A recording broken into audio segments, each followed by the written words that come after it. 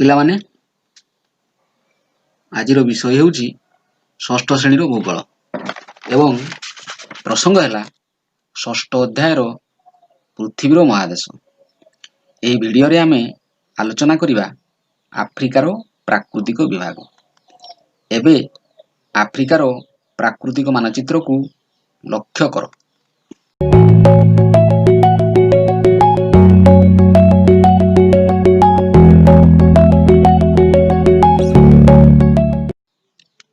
ଆମେ ଦେଖିବା ଆଫ୍ରିକାରେ 4 ପ୍ରକାରର ପ୍ରାକୃତିକ ବିଭାଗ ଅଛି। ସେଗୁଡ଼ିକ ହେଲା ପାର୍ବତ୍ୟ ଭୂମି, ମାଳଭୂମି, ମରୁଭୂମି ଓ ସମତଳ ଭୂମି। ଆଫ୍ରିକାର ଉତ୍ତର ପଶ୍ଚିମାଞ୍ଚଳରେ ଆଟଲାସ ପର୍ବତମାଳା ଅଛି। ଏଠାରେ ଅନେକ ଗୁଡ଼ିଏ ପାହାଡ଼ ଅଛି। ସମୁଦାୟ ଆଫ୍ରିକାରେ ଅନେକ ଗୁଡ଼ିଏ ମାଳଭୂମି ମଧ୍ୟ ଅଛି।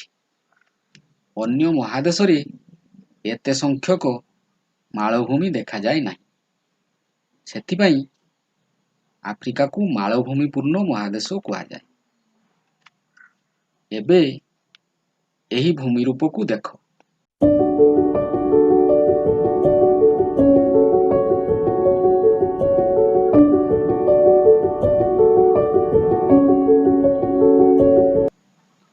ଏହା ହେଉଛି ମରୁଭୂମି।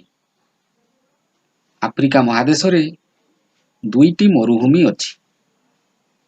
ଗୋଟିଏର ନାମ ସାହାରା ଓ ଅନ୍ୟଟି କାଲାହାରି। ଏହାର ଉତ୍ତରକୁ ସାହାରା ମରୁଭୂମି ଅଛି। ଆଫ୍ରିକାର ଉତ୍ତର ଭାଗକୁ ସାହାରା ମରୁଭୂମି ଅଛି, ଯାହାକି ପୃଥିବୀର ବୃହତ୍ ଉଷ୍ଣ ମରୁଭୂମି ଅଟେ।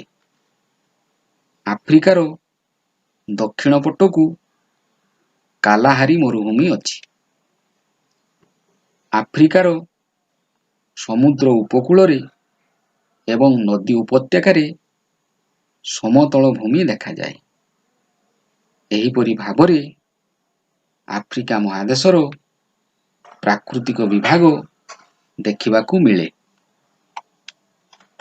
ଆମେ ଯାହା ଶିଖିଲୁ, ଆଫ୍ରିକା ମହାଦେଶରେ 4 ପ୍ରକାରର ଭୂମି ରୂପ ଦେଖାଯାଏ, ଯଥା ପାର୍ବତ୍ୟ ଭୂମି, ମାଳଭୂମି, ମରୁଭୂମି ଓ ସମତଳ ଭୂମି। ଆଫ୍ରିକା ମହାଦେଶର ଉତ୍ତର ପଶ୍ଚିମ ଭାଗରେ ଆଟଲାସ ପର୍ବତମାଳା ଅଛି। ଆଫ୍ରିକା ମହାଦେଶକୁ ମାଳଭୂମିପୂର୍ଣ୍ଣ ମହାଦେଶ କୁହାଯାଏ। ଆଫ୍ରିକା ମହାଦେଶର ଉତ୍ତରକୁ ସାହାରା ଓ ଦକ୍ଷିଣକୁ କାଲାହାରି ମରୁଭୂମି ଅଛି। ସାହାରା ପୃଥିବୀର ବଡ଼ ମରୁଭୂମି ଅଟେ। ଆଫ୍ରିକା ମହାଦେଶରେ ସମୁଦ୍ର ଉପକୂଳବର୍ତ୍ତୀ ଓ ନଦୀ ଉପତ୍ୟକାରେ ସମତଳ ଭୂମି ଦେଖାଯାଏ।